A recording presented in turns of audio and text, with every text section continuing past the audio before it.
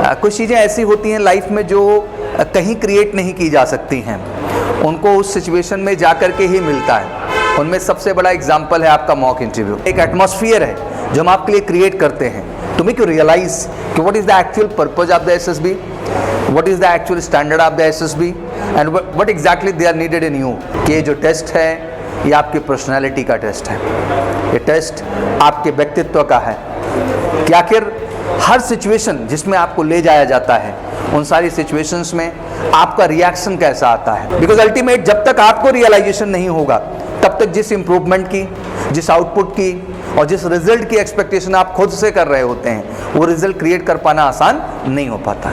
C1 से C6 का basic parameter ही पूछा जाएगा कि tell me something about yourself, family, from your belong, place, district, state, nation, मतलब कुछ भी जो आपके सराउंडिंग है, आपके चारों ओर है, उन्हीं से रिलेटेड आपसे चीज़ें पूछी जाएंगी। और ये बड़े बेसिक क्वेश्चन है। अब इसके बाद इसका जवाब आप दे पाते हैं कि नहीं दे पाते हैं, ये आपसे ज़्यादा और कोई नहीं जानता है। और इसको मैं इसलिए रियलाइज करा रहा हूँ कि आपको वाकई में पता चलेगा कि इसमें बहुत सारे प्रश्न हैं सर जिनका जवाब मैं दे ही नहीं पा रहा हूँ। ये किसी साइंस का क्वेश्चन नहीं है, this is a question related to surrounding से है आपके, जो आपकी इफेक्टिव इंटेलिजेंस को दिखाता है। देखो अल्टीमेट चाहे वो इंटरव्यूइंग ऑफिसर हो, चाहे वो साइकोलॉजिस्ट हो, चाहे वो बच्चा GTO हो, आपके पर्सनालिटी ट्रेट्स को बहुत ही क्लियर तरीके से देखते हैं। सबका एजेंडा एक ही है कि जिस तरह की ब्रेन की एक्सपेक्टेशन है उनको, जिस ब्रेन के अंदर उनको कुछ बेसिक चीज़ें नीड होती हैं, जिसमें आपका इफेक्टिव इंटेलिजेंस हो, आपके अंदर ऑर्गेनाइजिंग एबिलिटी हो, आपके अंदर रीजनिंग एबिलिटी हो और आपका पावर ऑफ एक्सप्रेशन अच्छा हो, अल्टीमेट उनको यही देखना है। वाई पीपल चूज MKC, तो there is a reason behind it, और वो रीजन आपने फाइंड आउट किया and that's why become the part of this family. The same thing यार, आप फौज का भी हिस्सा बनने जा रहे हैं। क्या आपने वो R&D की है? क्या आपने वाकई में कहा कि I want to join Indian army, तो वो आपके अंदर R&D है कि why you want to join Indian army? क्या चीज़ें अच्छी लगती हैं, क्या ऐसा बेहतर है, क्या ऐसी इंटरेस्टिंग चीज़ें हैं जो आपको एडमायर करती हैं, आपको बहुत अट्रैक्ट करती हैं फौज के अंदर? तो वो इन्फॉर्मेशन, वो कनेक्शन बिल्ड करना ही रीजनिंग एबिलिटी है। अब रटने को तो कह लो ये 15 OLQs हैं, बट असल में एक इंसान के अंदर इंसान की तलाश है कि वाकई में वो इंसान कितना ओरिजिनल है बच्चा और कितना जेन्युइन है। फौज जैसी जॉब हर 2 साल में आपको नई जगह, नए राज्य, नए मौसम और नए सिचुएशन में ले जाती है। तो देखते हैं आप में एडजस्टमेंट और एडेप्टेबिलिटी नाम की चीज़ है कि नहीं है। तुम्हें क्या लगता है हर टेस्ट के माध्यम से यही तो जानने की कोशिश करेंगे कि वो ओरिजिनल कोऑपरेशन है कि दिखावे का आदमी है ये? There is a 2 type of देशभक्ति ना बच्चा। एक देशभक्ति है जो दिखावे की है और एक देशभक्ति है जो इधर से क्या है, रियल वाली है।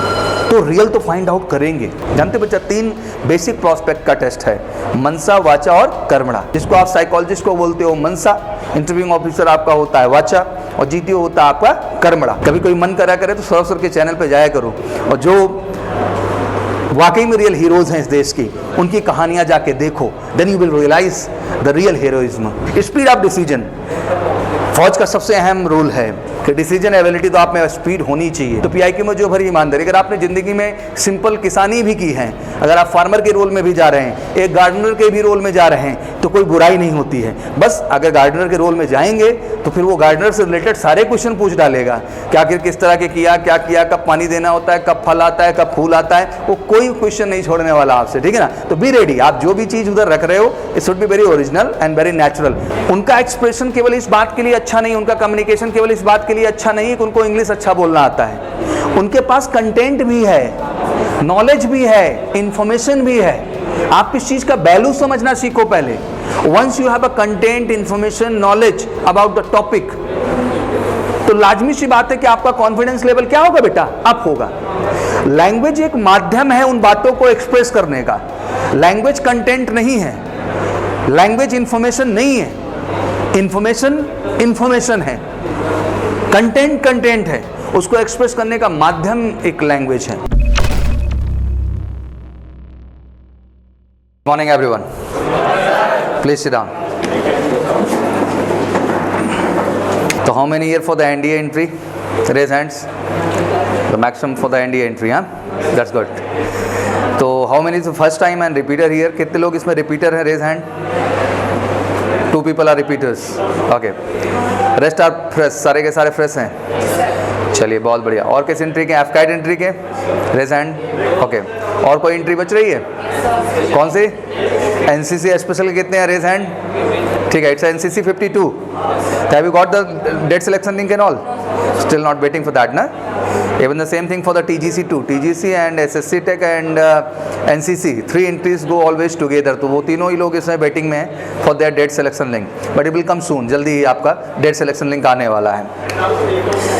तो purpose obviously in every 14 days I'll just interact with all of you. इसका एक साइकिल बनाया गया है जहाँ 14 दिन पे मुझे मौका मिलता है आप सबसे मुलाकात करने का और डिस्कस करने का एग्जैक्टली एसएसबी के प्रॉस्पेक्ट क्या है, उसकी जर्नी क्या है, आपका इसमें रोल क्या होगा, हमारा क्या रोल होगा और किस तरह से फाइनली हम रिकमेंडेशन तक पहुंच पाएंगे और वाकई में रिकमेंड होने के लिए हमें किन प्रॉस्पेक्ट की या किस तरह की हमें ज़रूरत होगी। इन सारे पहलुओं को बात करने के लिए हम सब यहाँ पे इकट्ठा होते हैं। ऑब्वियसली आज से आपके मॉक इंटरव्यू सेशन स्टार्ट हो चुके हैं। अभी आपका पैरेलली रीजनिंग क्लास चलेगा and you all get opportunity one by one to face the mock interview. Obviously the experience of mock interview is always better because कहते हैं कि रियल इंटरव्यू से पहले एक इंटरव्यू का फीलिंग आता है कि एग्जैक्टली वेयर आई स्टैंड। कुछ चीज़ें ऐसी होती हैं लाइफ में जो कहीं क्रिएट नहीं की जा सकती हैं, उनको उस सिचुएशन में जा कर के ही मिलता है। उनमें सबसे बड़ा एग्जाम्पल है आपका मॉक इंटरव्यू। जो मॉक इंटरव्यू का एक प्रेशर होता है, एक रिस्पॉन्सिबिलिटी होती है, वो समझना, वो एहसास करना आपके लिए बहुत ज़रूरी है। एंड आफ्टर एवरी टेस्ट हमारा जो बेसिक टास्क होता है that is all about realisation कि आप एग्जैक्टली कहाँ स्टैंड करते हैं। ये जो पूरा ट्रेनिंग प्रोसेस है ये किसी तरह की कोचिंग नहीं है, एग्जैक्टली ये कह सकते हैं कि गाइडेंस है, एक सपोर्ट सिस्टम है, एक एटमॉस्फेयर है जो हम आपके लिए क्रिएट करते हैं टू मेक यू रियलाइज कि what is the actual purpose of the SSB, what is the actual standard of the SSB and what exactly they are needed in you और वाकई में वो आपके अंदर क्या चाहते हैं। ये बहुत आसान भी है। शायद अगर इस पूरे टेस्ट को हम देखने की कोशिश करें तो किसी तरह का सब्जेक्ट का टेस्ट नहीं है, क्या हमने एक पर्टिकुलर सब्जेक्ट पढ़ लिया और उसके आधार पे हम ये टेस्ट देने जा रहे हैं। शायद आप गहराई से धीरे धीरे जब इस जर्नी में बढ़ेंगे देन यू विल रियलाइज कि ये जो टेस्ट है ये आपकी पर्सनैलिटी का टेस्ट है, ये टेस्ट आपके व्यक्तित्व का है कि आखिर हर सिचुएशन जिसमें आपको ले जाया जाता है उन सारी सिचुएशंस में आपका रिएक्शन कैसा आता है। वो रिएक्शन पॉजिटिव होता है, वो रिएक्शन नेगेटिव होता है, वो रिएक्शन नेचुरल होता है या वो रिएक्शन नौरंगी लाल वाला होता है, वो रिएक्शन रियल होता है या वो रिएक्शन रील होता है। और सब कुछ बहुत साफ साफ दिखाई देता है जब आप पूरी एसएसबी की जर्नी से आगे बढ़ना स्टार्ट करते हैं। हर स्टेज, हर टेस्ट के अपने प्रॉस्पेक्ट हैं। जब आप धीरे धीरे आगे बढ़ेंगे सिस्टमैटिक ढंग से then every stage you will realise. और मैं बड़ा ऑनेस्टली बोलता हूं कि अगर रियलाइजेशन नहीं हो रहा है तो कुछ गलत है, बिकॉज अल्टीमेट जब तक आपको रियलाइजेशन नहीं होगा तब तक जिस इंप्रूवमेंट की, जिस आउटपुट की और जिस रिजल्ट की एक्सपेक्टेशन आप खुद से कर रहे होते हैं वो रिजल्ट क्रिएट कर पाना आसान नहीं हो पाता। It's very important in every test, just for example once you are going to face the mock interview, this is a part of realization exactly where you stand, where you are missing. The questions are very simple, the something is not going to ask very different and very interesting from you। ऐसा नहीं कुछ बहुत अलग आपसे पूछा जाएगा, वो fix है उधर। C1 से लेके C6 तक है, C1 से C6 का बेसिक पैरामीटर ही पूछा जाएगा कि tell me something about yourself, family, from your belong, place, district, state, nation, population, legacy, history, food, culture, tradition, history, मतलब कुछ भी जो आपके सराउंडिंग है, आपके चारों ओर है, उन्हीं से रिलेटेड आपसे चीज़ें पूछी जाएंगी। और ये बड़े बेसिक क्वेश्चन है। Being a defence aspirant, being a SSB aspirant and really you planning to go for the commission category, it's very important you should update about each and everything what is surrounding you। जो आपके चारों ओर है उनके विषय में आप update हैं कि नहीं है, ये एक बड़ा प्रश्न है। तो ये आपके लिए समझना बहुत ज़रूरी होगा और ये बड़े बेसिक क्वेश्चन है। अब इसके बाद इसका जवाब आप दे पाते हैं कि नहीं दे पाते हैं, ये आपसे ज़्यादा और कोई नहीं जानता है। और इसको मैं इसलिए रियलाइज़ करा रहा हूँ कि आपको वाकई में पता चलेगा कि इसमें बहुत सारे प्रश्न हैं सर जिनका जवाब मैं दे ही नहीं पा रहा हूँ। ये किसी साइंस का क्वेश्चन नहीं है, this is a question related to surrounding से है आपके, जो आपके इफेक्टिव इंटेलिजेंस को दिखाता है। फिर बातचीत आपसे शुरू होगी तो कोई ना कोई आपसे ऑर्गेनाइजिंग का क्वेश्चन आएगा कि tell me gentleman, have you did something in your life? क्या वाकई में अपने जीवन में कुछ किया है आपने? इन सेंस क्या आपने किसी मैच को ऑर्गेनाइज किया हो, किसी इवेंट को ऑर्गेनाइज किया हो, किसी ट्रैवल इवेंट्स को आपने ऑर्गेनाइज किया हो, किसी फैमिली इवेंट को आपने ऑर्गेनाइज किया हो, did anything in the life, क्या वाकई में कुछ किया है आपने जिंदगी में? Through this they will check out your organising ability. देखो अल्टीमेट, चाहे वो इंटरव्यूइंग ऑफिसर हो, चाहे वो साइकोलॉजिस्ट हो, चाहे वो बच्चा जीटीओ हो, आपके पर्सनालिटी ट्रेट्स को बहुत ही क्लियर तरीके से देखते हैं। सबका एजेंडा एक ही है कि जिस तरह की ब्रेन की एक्सपेक्टेशन है उनको, जिस ब्रेन के अंदर उनको कुछ बेसिक चीजें नीड होती हैं, जिसमें आपका इफेक्टिव इंटेलिजेंस हो, आपके अंदर ऑर्गेनाइजिंग एबिलिटी हो, आपके अंदर रीजनिंग एबिलिटी हो और आपका पावर ऑफ एक्सप्रेशन अच्छा हो। अल्टीमेट उनको यही देखना है। अब इसको घुमा के रास्ते बनाए जाते हैं। सराउंडिंग पूछ के आपका इफेक्टिव इंटेलिजेंस जज हो गया, पहले इसी कड़ी में वो आगे बढ़ेंगे और कहीं ना कहीं आपसे ऑर्गेनाइजिंग का भी सेंस पूछ लेंगे। रीजनिंग एबिलिटी तो बड़ी सिंपल है यार, कि why do you want to join the defence forces, आखिर आप फौज क्यों ज्वाइन करना चाहते हैं? 90% कैंडिडेट्स को क्लियर ही नहीं है कि उन्हें फौज क्यों ज्वाइन करना है। ज्वाइन करने की वजह सुनिए, ज्वाइन करने की वजह क्या है सर? पहली वजह, सर एग्जाम निकल गया, फॉर्म भरा था, एसएसबी डेट आ गई, सो आई प्लान दैट कि हाँ मेरे को एसएसबी में आना चाहिए और इसको देना चाहिए। सेकंड प्रोस्पेक्ट पे जो हमारे साथ आते हैं, कुछ फैमिली इन्वॉल्वमेंट्स होती हैं कि सर फैमिली चाहती है कि फौज में चले जाए तो हम जा रहे हैं सर। फिर कुछ का ये होता है सर नौकरी ठीक है 10+2 लेवल पे, और कौन सा करियर ऑप्शन ही है सर, यही एक ऑप्शन है इसलिए जो हम चले जा रहे हैं। जो जील, जो जज्बा, जो आग, जो पागलपन, जो एडिक्शन चाहिए एक्चुअली, वो कहीं से कहीं तक सुनाई और दिखाई नहीं देता है। और अनटिल अनलेस ये रीजनिंग एबिलिटी आपके अंदर नहीं है, ये एडिक्शन आपके अंदर नहीं है, तो चीजें बेहतर नहीं हो पाएंगे। ठीक है, तो ये बड़ा जरूरी है। तो कहीं ना कहीं ये एडिक्शन, ये जील अंदर होना बच्चा बहुत जरूरी है। जब तक ये रीजनिंग एबिलिटी नहीं है, क्वेश्चन बड़ा है। लाइक जस्ट फॉर एग्जांपल बच्चा, you become the part of MKC family and you came for SSB. I think everybody came from the different state, different district. हर बच्चा यहाँ दूर दूर से आया होगा। कुछ तो रीजनिंग आपने तलाशी होगी कि मुझे यहाँ क्यों जाना है। You have a reasoning ability ना बच्चा, दैट्स व्हाई यू हियर। ऐसे थोड़ी उठ के इधर चले आए आप। There is a lot of options why people choose MKC, तो there is a reason behind it, और वो रीजन आपने फाइंड आउट किया and that's why become the part of this family. The same thing यार, आप फौज का भी हिस्सा बनने जा रहे हैं। क्या आपने वो R&D की है? क्या आपने वाकई में कहा कि I want to join Indian army, तो वो आपके अंदर R&D है कि why you want to join Indian army? क्या चीज़ें अच्छी लगती हैं, क्या ऐसा बेहतर है, क्या ऐसी इंटरेस्टिंग चीज़ें हैं जो आपको एडमायर करती हैं, आपको बहुत अट्रैक्ट करती हैं फौज के अंदर? तो वो इन्फॉर्मेशन, वो कनेक्शन बिल्ड करना ही रीजनिंग एबिलिटी है। फिर वो बात ही बात में आपके पावर ऑफ एक्सप्रेशन को तो चेक ही कर लेंगे, क्योंकि हर चीज़ों पे आपका अभिव्यक्तिकरण कैसा है, आप खुद को कैसे रख रहे हो बच्चा, दैट इज़ इम्पॉर्टेंट। अब रटने को तो कह लो ये 15 OLQs हैं, बट असल में एक इंसान के अंदर इंसान की तलाश है कि वाकई में वो इंसान कितना ओरिजिनल है बच्चा और कितना जेन्युइन है। फिर सबसे अहम कहा जाता है फौज के अंदर बेटा फैक्टर 2, जिसमें 3 चीज़ें आती हैं मेरे बच्चा, जिसमें आपका कोऑपरेशन होता है, सोशल एडजस्टमेंट होता है, सोशल एडेप्टेबिलिटी। पढ़ने के लिए बहुत बड़े बड़े वर्ड हैं बच्चा, बट बहुत नॉर्मल चीज़ें हैं ये सिखाता है कि आप में सोशल एडजस्टमेंट है कि नहीं है, आप में सोशल एडेप्टेबिलिटी है कि नहीं। फौज जैसी जॉब हर 2 साल में आपको नई जगह, नए राज्य, नए मौसम और नए सिचुएशन में ले जाती है, तो देखते हैं आप में एडजस्टमेंट और एडेप्टेबिलिटी नाम की चीज़ है कि नहीं है। Unless you are going to command the team, you are going to lead the team. तो कोऑपरेशन फैक्टर तो एक इंसान का और एक फौजी का सबसे अहम फैक्टर होता है यार। अपनी जान की बाजी लगा करके वो किसी दूसरे की जान बचाता है। तो क्या आपको लगता है कि ये फिल्म में होता है? नहीं, ये रियल में है। तो सोचो क्या सेंस ऑफ कोऑपरेशन उसके अंदर होता है।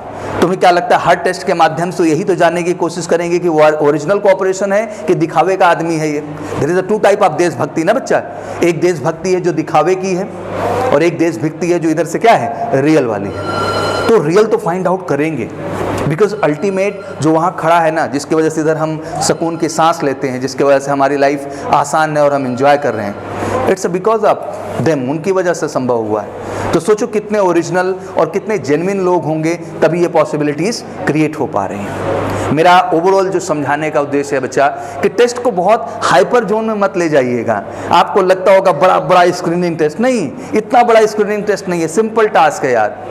OIR टेस्ट का मतलब होता है आपकी IQ टेस्टिंग। फौज के अंदर OIR रैंक मैटर करती है और मैटर करनी भी चाहिए। अगर इंसान का IQ ही नहीं सही है तो फौजी बन ही नहीं सकता वो कभी। इसीलिए कहते हैं your OIR played a very vital role. कल को आप जब कॉन्फ्रेंस इन होने जाते हैं और बॉर्डर लाइन केस होते हैं ना बच्चा, तो सबसे ज़्यादा अगर कोई सपोर्टिव फैक्टर आपके लिए क्रिएट करता है तो आपकी OIR रिपोर्ट्स करती हैं। और लकली आप जल्दी उस टेस्ट से गुजरेंगे तो फिर आपको अपनी रैंक देखनी है कि आप OIR 1 जा रहे हैं कि OIR 2 जा रहे हैं। अमूमन यही सच भी है। Lot of time lot of candidate आप सुनते भी होंगे शायद अमंग द सर्किल इस बात को बच्चा कि sir he spoke very well sir but he got screened out. The reason कि उसका OIR रैंक सही नहीं था। Lot of time listen that कि lot of candidate didn't speak a single line. Sir वो GD में तो बोला ही नहीं ना, रेशन के टाइम बोला था केवल, but he got screening sir, but वो स्क्रीनिंग हो गया। द रीजन बिहाइंड इट, उसके पीछे की वजह क्या है? The reason was very much clear कि उसका OIR रैंक 1 था। उसके IQ पे उनको पूरी तरह से भरोसा है, मतलब इस कैंडिडेट को अपने आगे टेस्टिंग प्रोसीजर के लिए लेके बढ़ने में कोई बुराई नहीं है। फिर आपका PPDT आएगा जहाँ सिंपल सा टास्क है कि स्टोरी राइटिंग आपके सामने है बच्चा, जहाँ आपको अपना 100% ओरिजिनल एफर्ट देना है। एक ऐसी कहानी जिसमें क्रिएटिविटी हो, एक ऐसा कहानी जिसमें एक रियल हीरो निकल के आ रहा हो, एक ऐसी कहानी जो वाकई में रियल हो और आपकी ज़िंदगी की सबसे अहम, महत्वपूर्ण और क्रिएटिव चीज़ जो आप करना चाहते हैं उस कहानी के माध्यम से दर्शा लें। क्योंकि पिक्चर तो एज ही है और रियल में जो उसका हीरो है कोई और नहीं है। उसका रियल में जो हीरो है बच्चा वो आप ही हैं। इट्स वेरी इंपॉर्टेंट कि वो सब कुछ जो उसके अंदर होगा, उसके अंदर जो हीरो कर रहा होगा, जो उसके एक्शंस हैं, रिएक्शंस हैं, जो आउटपुट है, जो उसका फेल्योर है, वो सारा चीज़ आपके ऊपर आ रहा है निकल के, क्योंकि आप ही इनडायरेक्टली उसमें एक्ट कर रहे हैं बैठ करके।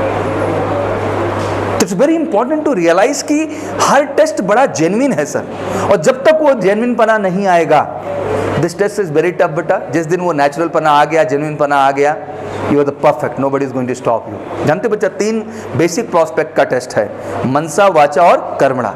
हमें बहुत कुछ अलग दिखता है, बट नेचुरली आपको बताऊं तो एक साइकोलॉजिस्ट, एक इंटरव्यूइंग ऑफिसर और एक GTO, जिसको आप साइकोलॉजिस्ट को बोलते हो मनसा, इंटरव्यूइंग ऑफिसर आपका होता है वाचा और GTO होता है आपका कर्मणा। दैट मीन 3 ही स्टेप में टेस्ट है और एक ही चीज़ देखी जाती है बच्चा कि इस बच्चे ने जो बोला वही सोचा और वही किया। हमारा प्रॉब्लम क्या है कि हमने सोचा कुछ और, बोला कुछ और किया कुछ और ये जब तक सिमिलैरिटी नहीं आती तीनों में, तब तक एक रियल पर्सनैलिटी जन्म नहीं लेती है। और जब तक वो रियल पर्सनैलिटी जन्म नहीं लेती है बेटा, तो रियल हीरो का भी जन्म नहीं होता है, वो केवल इमेजिनेशन का पार्ट होता है। I just want to realize you it's a very nice journey being a NDA aspirant, being a NCC aspirant. I think being a NCC aspirant आपका exposure अच्छा है, you go through the all journey, आप the all factor, आपने इतने सारे camps किए हैं, इतने सारे एक्सपर्टाइज हैं, आपका तो ऑफिसर से इंट्रैक्शंस हैं, आप समझते हैं कि लीडरशिप का वाकई में मतलब क्या होता है, टीम को लेके चलने का मतलब क्या होता है, संघर्ष क्या होता है। Being a NDA aspirant, you are very natural, अभी आप बहुत नेचुरल हैं, बहुत जेन्युइन हैं, बट उस नेचुरलिटी में सच्चाई चाहिए मेरे को, और जब तक वो सच्चाई, वो एक्सेप्टेंस आपके अंदर नहीं निकल के आएगा, तब तक वो आउटपुट नहीं आएगा जिसकी हम बात कर रहे हैं। तो just tell you one thing honestly कि अब आप जो पूरी जर्नी में गो थ्रू होने वाले हैं SSB के बच्चा, बस ये ख्याल रखिएगा कि हर टेस्ट के अंदर जो पर्सनैलिटी निकल के आ रही है आपकी, वो आपकी ही है या फिर किसी और की है। और जिस दिन आपकी पर्सनैलिटी सच में निकल आई, that everything is going to be perfect. That means sir समझाने का उद्देश्य क्या है बेटा, once you are writing something in the story, तो केवल राइट नहीं कर रहे हो बेटा, वाकई में आप राइट कर रहे हो। ये बात समझना, ये डिफरेंस बहुत बड़ा है कि हमने लिख दिया कि वाकई में हमने लिखा सर, हमने बोल दिया कि हमने वाकई में सर बोला, हमने बस कर दिया सर कि वाकई में हमने किया। ये वाकई वाला वर्ड बहुत ज़रूरी है कि जब तक इधर से कनेक्शन नहीं बिल्ड होगा हर टास्क, हर एक्टिविटी, हर परफॉर्मेंस के दौरान, तब तक वो रियल पर्सनालिटी ट्रेट्स बच्चा जो एक्सपेक्टेड है वहाँ नहीं मिलेगी। इतना तोप नहीं है यार, एक जेन्युइन इंसान की तलाश है। किसकी तलाश है बच्चा? एक जो वाकई में ओरिजिनल हो, अच्छा हो, बढ़िया हो, जो जज्बा रखता हो, रियल वाला, दिखावे वाला नहीं। बट प्रॉब्लम क्या है बेटा, दिखावे का जज्बा भी है, और दिखावे का जज्बा कभी कभी इसलिए भी है क्योंकि पोटेंशियल नहीं है। क्या नहीं है? पोटेंशियल नहीं होगा तो आदमी क्या करेगा बेटा, वहाँ पे दिखावा ही तो करेगा बैठ करके। और एक बात ध्यान रखना मेरी बहुत अच्छी, कि पोटेंशियल का कोई अल्टरनेटिव फौज के अंदर बेटा नहीं है, क्योंकि जितना बाहर से आसान है अंदर असल में उतना आसान है नहीं। जितना आपके लिए लगता है इट्स वेरी टफ, वहाँ डरे रहते हैं SSB बोर्ड मेंबर। 365 दिन बोर्ड काम करता है, and they are the selection board, not a rejection board. वो तो सही की तलाश में परेशान रहते हैं कि एक सही आदमी मिल जाए, क्योंकि उनके ऊपर भी चैलेंजेस है ना बेटा। कल को 4 साल की ट्रेनिंग में भेजना है, 1 साल की ट्रेनिंग में भेजना है, 1.5 साल की ट्रेनिंग में भेजना है। और ट्रेनिंग मतलब समझ सकते हो कि एक अलग लेवल का रगड़ा है ज़िंदगी का। अगर वो नेचुरल इंसान नहीं होगा, जेन्युइन बंदा नहीं होगा, दिखावे का होगा, तो क्या वो सुबह 3:30 बजे से लेकर रात के 11 बजे के रूटीन 365 दिन फॉलो करेगा? यहाँ तो एक दिन नहीं उठा जा रहा है। यहाँ एक दिन कहे तो उठा दो 3:30-4 बजे तो बेहोश हो जाए। यहाँ एक दिन नहीं दौड़ा जा रहा है 2 किलोमीटर, अगर सच में दौड़ा दो तो मर जाए। तुम्हें क्या लगता है एकेडमी में जाते ही पर्सनालिटी बदल जाती है क्या? जो सच आज है वही सच क्या होगा बेटा, कल होगा। ये सच है कि be attract with the officers, उनकी वर्दी अच्छी लगती है सर, उनका एटीट्यूड अच्छा लगता है sir, personality very cool. But ये भी सोचो ना कि आप जिस प्रॉस्पेक्ट के लिए जा रहे हो, आपसे भी तो एक्सपेक्टेशन उसी चीज़ की है, कुछ और है क्या आपसे? तो नीड टू वेरी रियल यार, और आपको रियल होना पड़ेगा वाकई में अगर कुछ आप बेहतर आउटपुट लाना चाहते हैं तो। And that's really very important, इस चीज़ को समझना होगा। तो चलिए आपकी जर्नी स्टार्ट हो चुकी है एंड ऑब्वियसली हर टेस्ट बहुत इंटरेस्टिंग होगा आपके लिए, और मैं ऑनेस्टली बताऊं तो हम आपको रियल फीडबैक्स देंगे, चाहे आप स्क्रीनिंग के टेस्ट से गुजरेंगे। सबसे पहला पड़ाव, सबसे अहम पड़ाव हम लोग मानते हैं, बिकॉज स्क्रीनिंग होना अपने आप में कॉन्फिडेंस का बेटा परिचय होता है, और धीरे धीरे बारीकी से सीखना है, और जब आप सीखते जाओगे कॉन्फिडेंस बढ़ता जाएगा। और इतना बड़ा कोई तोप नहीं मेरे भाई, वंस यू डिसाइड कि नहीं यार मेरे को नेचुरली अच्छा करना है चीज़, लोग मालूम नहीं कि उतना हाई फाई बना देते हैं दिमाग, इतना हाई फाई नहीं है, बस एक नेचुरल सी डिमांड है, ओरिजिनल आदमी की डिमांड है, और वो आपको पूरी करनी है। तो इस तरह कारवां आपका शुरू होगा पूरा का पूरा। These are the factors. तो मैंने 2 चीज़ तो बता ही दिया था कि ब्रेन से क्या क्या मांग रहा है आपके, हार्ट से क्या क्या मांग रहा है आपके, फिर इसके बाद एक पार्ट आ जाएगी किडनी, जिसको हम लोग बोलते हैं गट्स, बोलते हैं ना आदमी तुम में गुर्दा है कि नहीं है।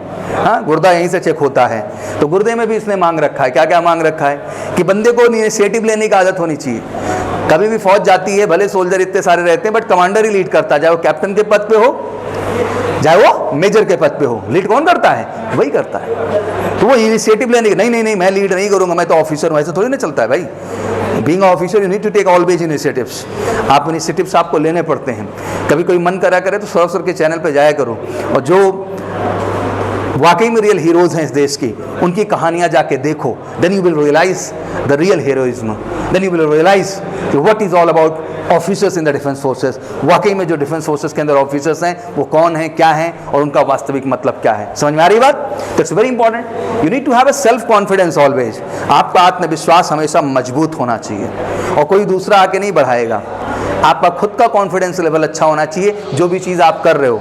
अगर आप कोई टास्क में पार्टिसिपेट कर रहे हो, जीटी कर रहे हो, लेक्चरेट कर रहे हो, पीजीटी कर रहे हो, कोई भी टास्क कर रहे हो आप, आउटडोर एक्टिविटी के या इंडोर के, तो आपका कॉन्फिडेंस अच्छा होना चाहिए इसको करते समय। ऐसा नहीं कि आप डरे दबे उसको आप करने की कोशिश कर रहे हैं। कॉन्फिडेंट तरीके से खुद को ले आइए।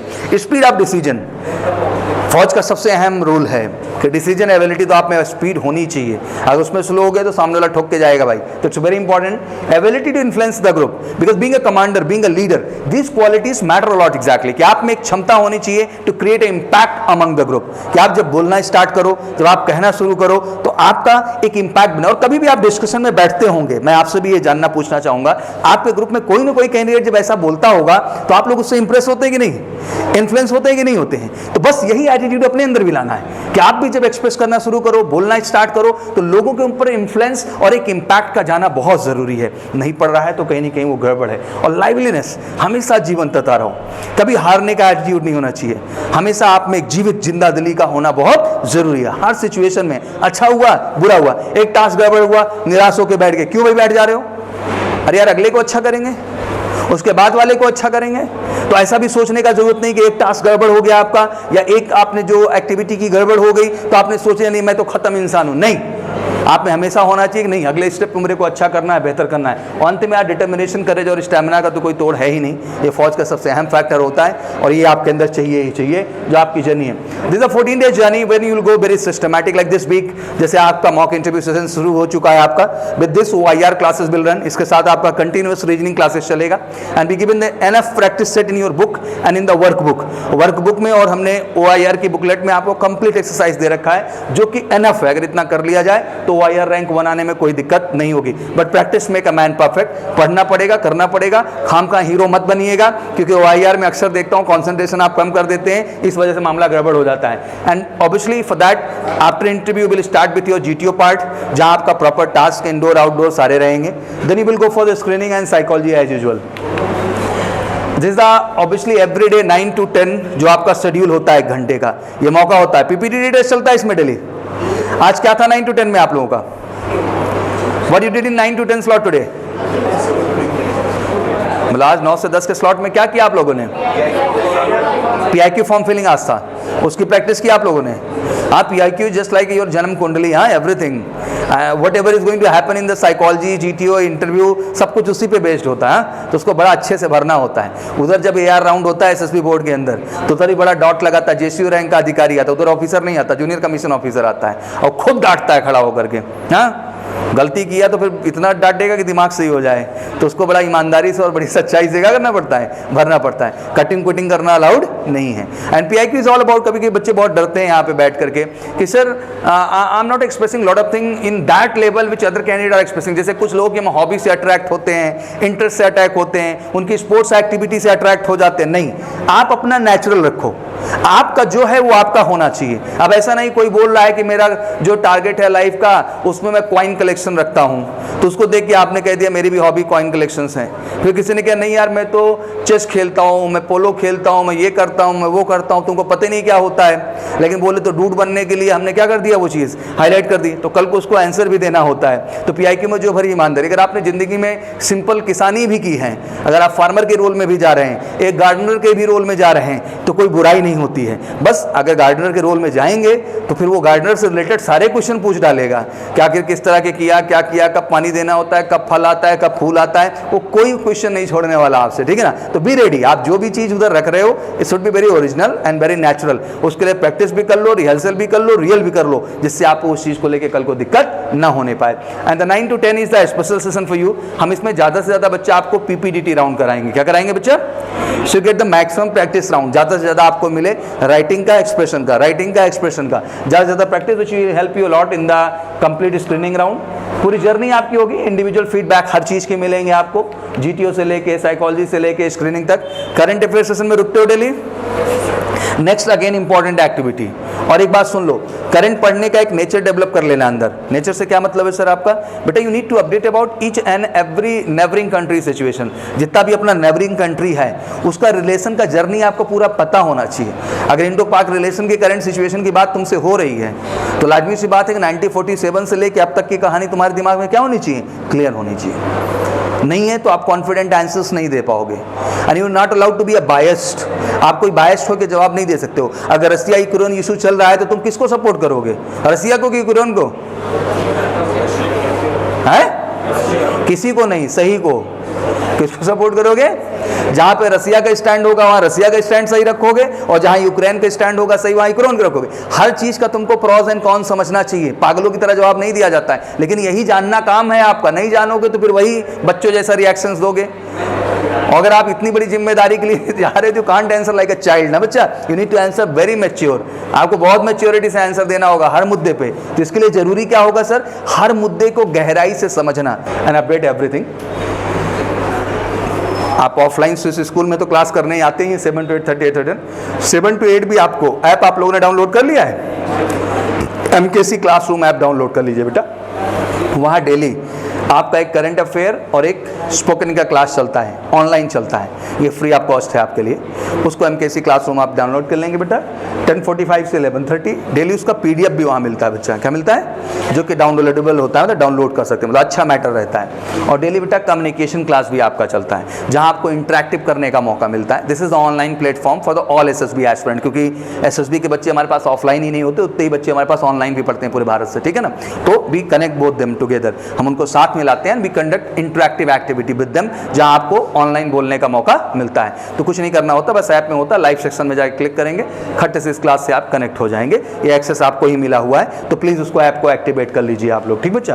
तो ये दोनों बेनिफिट है। इसका एक बेनिफिट और भी है बेटा कि इसमें करंट अफेयर का सारा PDF और सारा लेक्चर रिकॉर्ड हो जाता है। ऑफलाइन का रिकॉर्ड तो होता नहीं है, तो आपका कभी भी मन किया तो आपने उठा के 10-20 लेक्चर सुन करके कई सारे कंटेंट क्या कर लिए बेटा लास्ट टाइम पे एकदम अपडेट कर लिए। तो प्लीज़ इससे भी जुड़ जाइए। यहाँ आपकी अटेंडेंस रिपोर्ट सारी चीज़ें रहती हैं जो हम लोग अपडेट करते हैं। सारी बुक्स अलॉट हो गई है सबको। जो वर्क बुक मिली है उसका प्रैक्टिस शुरू किया भी आप लोगों ने? उसका किया करो प्रैक्टिस, ठीक है ना। It's a very good actually. इसमें जितना हमने मैक्सिमम हो सकता है आपको दिया हुआ है। I just tell you honestly कि हम लोगों ने जितना भी बुक पे काम किया है बिल्कुल ले मैन तरीके से अच्छा बनाया है। जैसे कहते हैं ना कि आप इतना भी सिस्टमैटिक ढंग से कर लो तो आपका कॉन्फिडेंस क्या हो जाएगा बच्चा, अच्छा हो जाएगा। बट करना पड़ेगा, बिना किए कोई ऑप्शन नहीं है। प्रॉब्लम यही है बच्चा कि कोई कुछ करना नहीं चाहता है, और जब तक करेंगे नहीं तब तक चीज़ें बेहतर होएंगी नहीं। वो अपडेट कर लें। कितने लोग हॉस्टल में रहते हैं इसमें? ठीक है, वो भी मैक्सिमम है। तो आसपास ही रहते हो ना सब लोग? ठीक है, एक दूसरे से खूब डिस्कशन किया करो।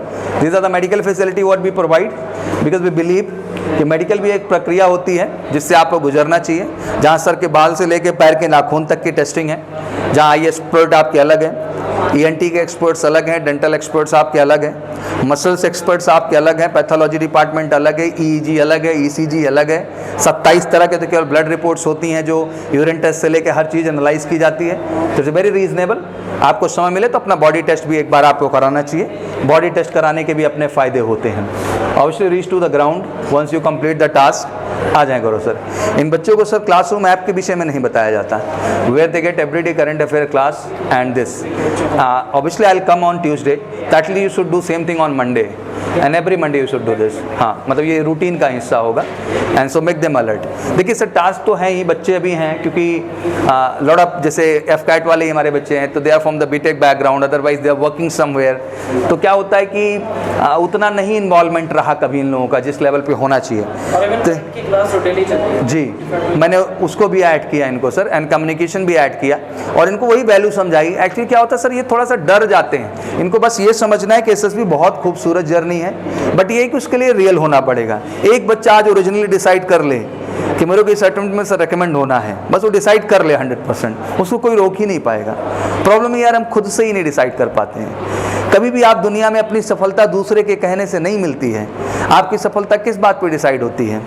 जब आप स्वयं से ये बात कह दें कि सर इस बार तो मतलब किसी भी कीमत पे sir, no if no but. लेकिन ये कहने के लिए जिम्मेदारी आ जाती है ऊपर, और रिस्पॉन्सिबिलिटीज़ जब आती हैं बच्चा तो उनको फिर निभाना भी पड़ता है, क्योंकि डायलॉग से काम चलने वाला नहीं है। और ये कहने के बाद आपको वो रिलैक्सेशन तभी मिलेगा जब हर एक्टिविटी में जब आप पार्टिसिपेट करें। मुझे लगता है सुबह 9 से 10 की जो एक्टिविटी अकेले 1 घंटे की है वो आपको होश में ला देती है कि आप कहाँ स्टैंड करते हो। लाती कि नहीं लाती है? समझ में आ जाता है कि नहीं आ जाता है? अब उसको देख के या तो भाई डेमोरलाइज हो लो, अरे ये ऐसे कर ले रहे हैं, हम कैसे कर पाएंगे, तो बहुत अच्छी अंग्रेजी बोलते हैं, हमसे कैसे होगा। एक तो ये माइंडसेट है। तो पहली चीज़ क्लियर कर देना चाहता हूँ आपके दिमाग में बेटा, उनका एक्सप्रेशन केवल इस बात के लिए अच्छा नहीं, उनका कम्युनिकेशन केवल इस बात के लिए अच्छा नहीं कि उनको इंग्लिश अच्छा बोलना आता है। उनके पास कंटेंट भी है, नॉलेज भी है, इंफॉर्मेशन भी है। आप इस चीज़ का वैल्यू समझना सीखो पहले। Once you have a content, information, knowledge about the topic, तो लाजमी सी बात है कि आपका कॉन्फिडेंस लेवल क्या होगा बेटा? अप होगा। लैंग्वेज एक माध्यम है उन बातों को एक्सप्रेस करने का। लैंग्वेज कंटेंट नहीं है, लैंग्वेज इंफॉर्मेशन नहीं है। इंफॉर्मेशन है, कंटेंट कंटेंट है, उसको एक्सप्रेस करने का माध्यम एक लैंग्वेज है। हमारा प्रॉब्लम क्या है कि हम उस पर ही नहीं काम कर रहे हैं। Like tell me one thing, कि आपको मैं कोई भी करंट इशू उठा के दे दूं, फॉर एग्जांपल मैं श्रीलंका इशू की बात करूं अभी करंटली जो कंडीशंस चल रही हैं। Anybody please stand up, give me 10 line on the Sri Lanka issue. Anybody is here? 10 line मेरे को दो श्रीलंका की करंट सिचुएशंस को लेकर के, क्या है, क्यों है, कैसे। Anybody? Yes please stand up बच्चा। Sir can I speak in Hindi? No issue बेटा, speak in Hindi, no issue. Sir Sri Lanka में अभी क्राइसिस चल रहा है, इकोनॉमिक क्राइसिस चल रहा है सर। वहाँ पे उनके एक ही फैमिली के बहुत सारे मेंबर्स जो है अपने पॉलिटिकल लीडर्स जो है वो राष्ट्रपति प्रधानमंत्री बन रहे हैं, बैठे हुए हैं जी। और वो लोग सर उन्होंने अचानक से मतलब इनऑर्गेनिक फार्मिंग से ऑर्गेनिक फार्मिंग की तरफ स्विच कर दिया सर, जिसकी वजह से फूड क्राइसिस हो गया वहाँ पे, और जिसकी वजह से उनके पास प्रोडक्शन कम हुआ और कैश रिजर्व, उनका फॉरेन कैश रिजर्व ख़त्म होने लगा धीरे धीरे, जिसकी वजह से उनके मतलब इंपोर्ट करना उनको दिक्कत होने लगा, जिसकी दिक्कत हो गया, और जो सामान मतलब कम आने लगा, जिसकी वजह से लोगों में मतलब सर दिक्कत हो रहा है सर। और कुछ और पॉइंट्स बताएं मुझे कि स्ट्रांगली और क्या रीज़न हो सकते हैं। ऐसा तो नहीं बेटा एक दिन में ये चीज़ हुई है, और केवल ऑर्गेनिक इनऑर्गेनिक एग्रीकल्चर ही इसके लिए रीज़न नहीं होता है। That is a lot of prospect behind it. Okay please pass to him, उसको पास करो बच्चे को प्लीज़ बच्चा। Sir China has this debt trap policy. So where what China did is they helped them make a dock, a naval dock, and now they demanded money. That's $5 billion. So Sri Lanka does not have that much money to give it, and China is not ready to give any relaxations on that. So that is a major reason why the economic crisis. Okay, some more point, please add it. हाँ, yes, बच्चा, please. So sir, I think that Sri Lanka's earning is from the tourism place. Since pandemic situation, tourism is got stopped, and then due to the Russia and Ukraine war, they also stopped. So the tourism not going to happen there. So the what was the earning of the Sri Lanka, that doesn't get in such amount. So this was the major factor, I think. Very good. Some more points, बच्चा, please add. Okay, that was the only point. चलो बढ़िया. अभी मेरा point ये है यार कि 10-15 point भी नहीं बन रहे हैं. कितने नहीं बन पा रहे हैं? 10 to 15 पॉइंट्स. तो इस मसले को आपको करंट क्लास में अच्छे से समझने की जरूरत है. एक कहानी की तरह. किसकी तरह? क्या कि सर ये कैसे हुआ, किस तरह श्रीलंका का ओवरऑल ओरिजिन कैसे हुआ, किस तरह से इसका विकास हुआ. मतलब एक जर्नी को जब आप सिस्टमैटिक ढंग से पूरा जान लेंगे बेटा आज तक की कंडीशंस को ना, तो ऑटोमेटिक बहुत सारे पॉइंट आपके ब्रेन में क्या हो जाएंगे, सेट हो जाएंगे. मैं आपसे आशा करता हूं कि आप एफर्ट्स करेंगे, सच्चाई से करेंगे. हम ईमानदारी से मेहनत करने के लिए तैयार हैं और आपको भी ईमानदारी से मेहनत करना है. क्लियर? तो लगो यार बहुत आसान है, बस थोड़े से एफर्ट्स और पॉजिटिविटी की जरूरत होगी और आप हम लोगों का पूरा सपोर्ट पाएंगे और केयर पाएंगे जो ज़रूरी है. और ये मैं तुमको किसी बहुत बड़े ट्रेनर के तौर पे नहीं बताता हूँ, एक एनडीए एस्पिरेंट रहा हूँ ज़िंदगी का, and I just have the all experiences in my life, and उन एक्सपीरियंसेस से आपको ऐड करना चाहता हूँ कि आप जितना नेचुरल, जितना जेन्युइन और जितना रियल एफर्ट वाले बनेंगे, आप अपनी सफलता को उतना ही क्या करेंगे बच्चा, सही करेंगे. We also belong to that background. हम भी उसी बैकग्राउंड से आते हैं जो बहुत स्टैंडर्ड बैकग्राउंड नहीं था बच्चा, बट ज़िंदगी में एक जज्बा था कि कोई भी काम जो हम करते थे ना, उसमें हम अपनी पूरी ऑनेस्टी, पूरी ईमानदारी को 100% रखते थे, और मुझे लगता है कि वही कारण बना जिस वजह से सफलता हाथ आई. तो आप भी अगर वो कारण बनाएंगे तो आपको भी सफलता जरूर मिलेगी. Any questions? Thank you very much.